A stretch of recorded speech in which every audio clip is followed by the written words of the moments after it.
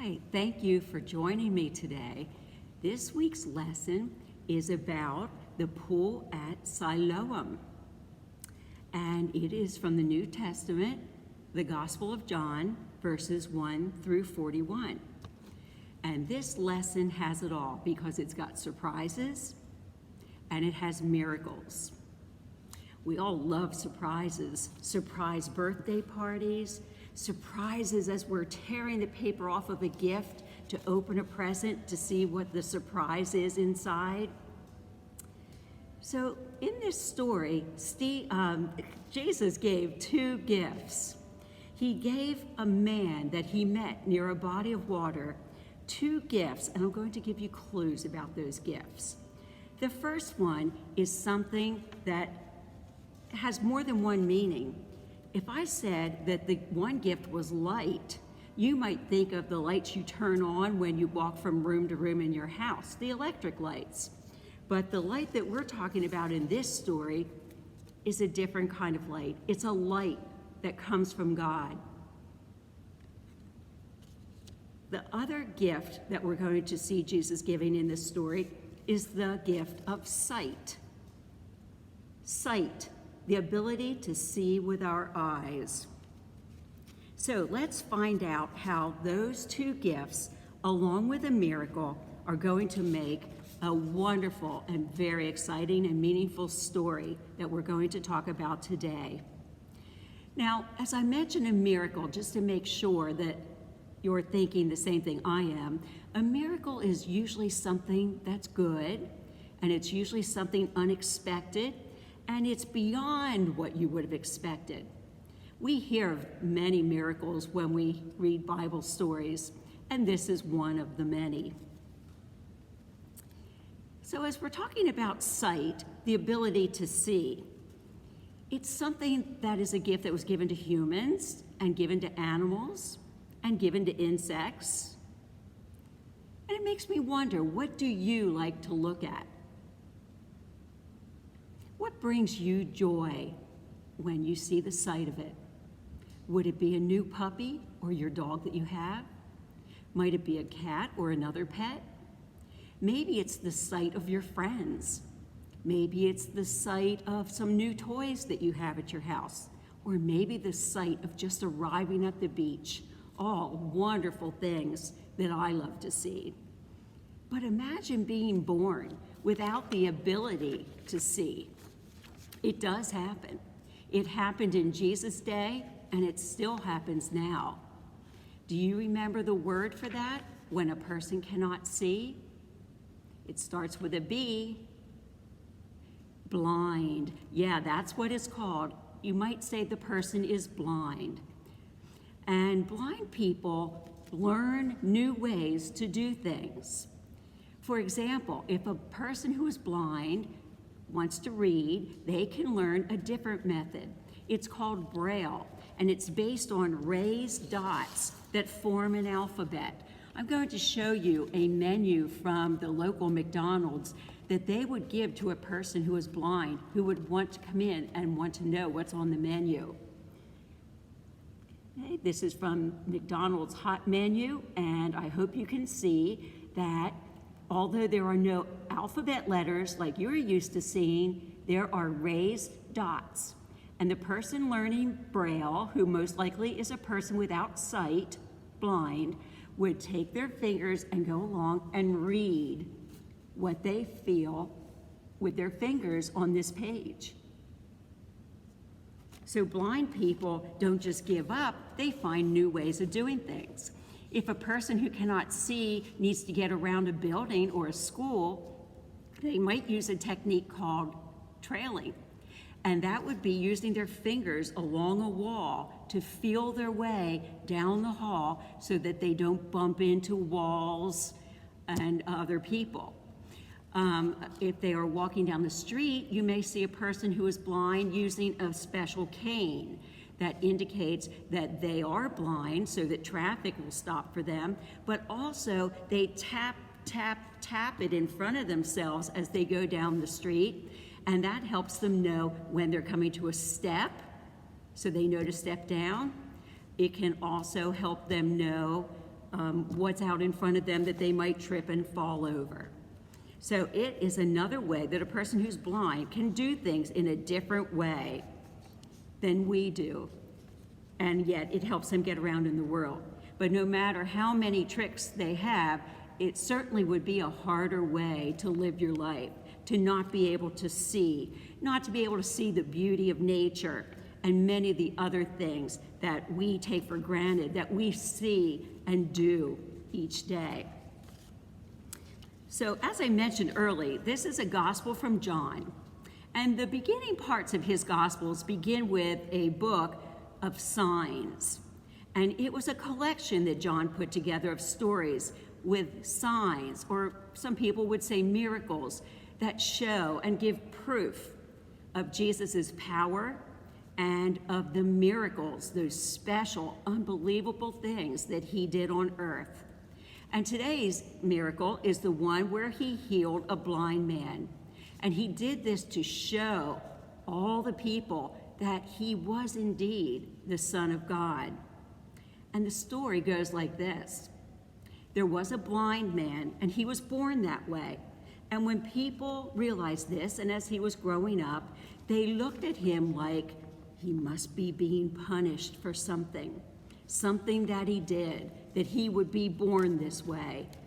And so they kicked him out of the church, and they stayed away from him. They ignored him, even his family, because they thought God was not shining brightly on him. In fact, may have been punishing him. But Jesus approached the blind man, and he told the blind man who he was. He said, "I am Jesus, the Son of God." And let's see where the story goes from here. I'm going to be reading out of our Sparks Bible. The story, as I said, is called The Pool of Siloam, and it goes like this. Let me make sure I have a good angle here without a glare. Jesus met a blind man on the road. He told the blind man, "I'm Jesus. Some people call me the light of the world. I'll bring light to you for the first time by helping you see." "No, Jesus," the other people said. "This man must have done something wrong, or he wouldn't be blind." But Jesus knew that people were wrong. Jesus knew just what to do to heal the blind man. First, he took some dirt from the ground and added some of his own spit. He mixed it until it made mud. Finally, he pressed the mud over the blind man's eyes. Jesus told the man to go and wash his eyes in the pool of Siloam. Splash, splash, the blind man washed mud off of his eyes. The very first thing the man saw was the water. The second thing he saw was his own face in the water. The blind man remembered Jesus' words, "I'll give you light."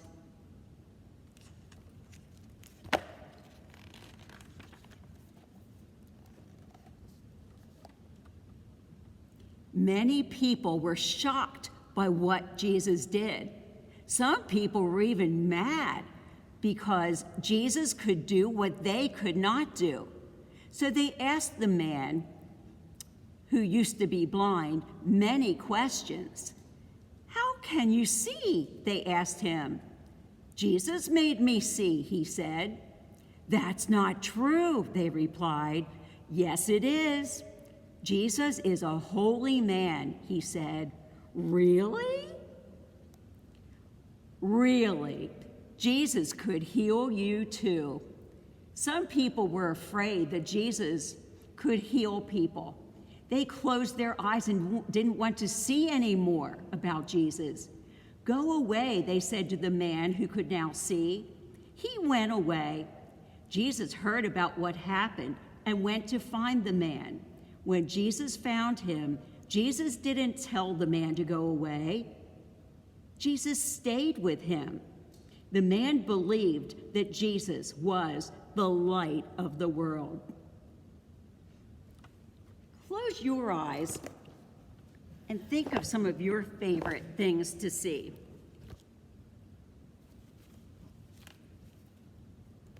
Now open them again and thank God for all the things that you can see.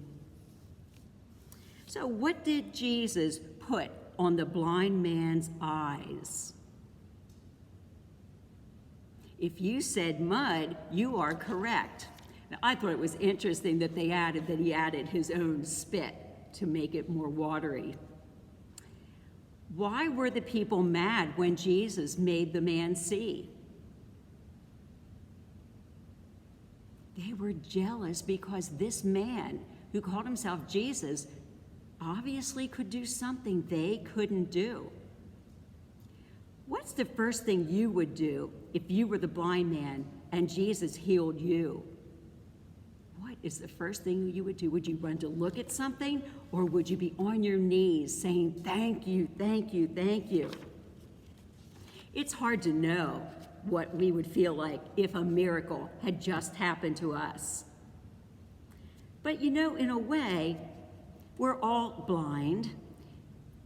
We see what's in front of us, but sometimes we don't react to it. It's kind of like we see without seeing. Do we sometimes see a classmate being bullied and just keep on walking without thinking any more about it because we're busy playing with our own friends? Do you sometimes see someone at school with no one to play with, but you just walk on by because you think that's not your problem? You have friends. Jesus is asking us to see the needs of others and be the light that comes into their life.